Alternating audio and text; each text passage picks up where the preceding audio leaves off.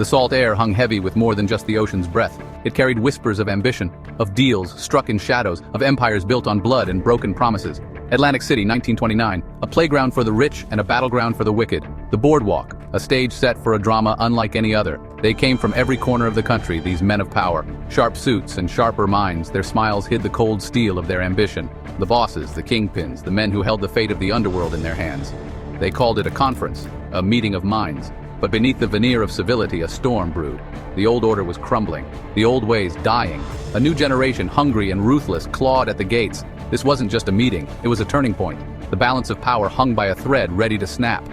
Atlantic City that May wasn't just a city, it was a crucible, and the flames were about to rise. At the heart of it all stood Charles Lucky Luciano, a young lion, ambitious and cunning, with eyes that saw the future. He craved power, not just a piece of it, but the whole damn pie. This conference, he knew, was his chance. Then there was Johnny Torrio, the elder statesman, once the most powerful man in the underworld. Scarred but not broken, he saw the writing on the wall. His time was fading. The question was, who would inherit his crown? And of course, there was Nucky Johnson, the unofficial king of Atlantic City. He ran the city like his own personal fiefdom, his pockets lined with the spoils of vice. He knew how to play the game, but this new breed of gangster, they played by different rules. These men and countless others formed the players in this high-stakes game. Their pawns, the lives of their men, the flow of illegal liquor, and the very soul of the American underworld. The air crackled with tension, even amidst the celebration. Meyers Lansky, Luciano's right-hand man, was getting married. A lavish affair, a spectacle of wealth and extravagance. But even the champagne couldn't mask the undercurrent of unease. Every handshake, every toast was a calculation. Alliances were forged and broken in hushed whispers.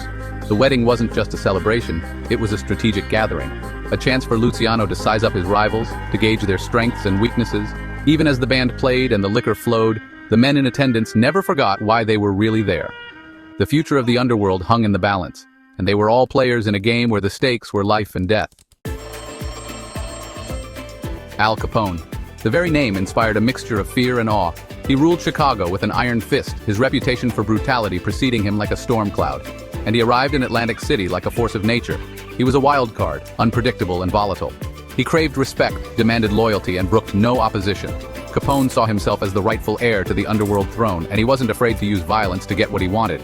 On the very first day, he made his presence known. A disagreement, a perceived slight, and Capone exploded. Furniture was smashed, threats were issued, and the delicate balance of power trembled. The message was clear. Capone was a force to be reckoned with, and he wouldn't be ignored.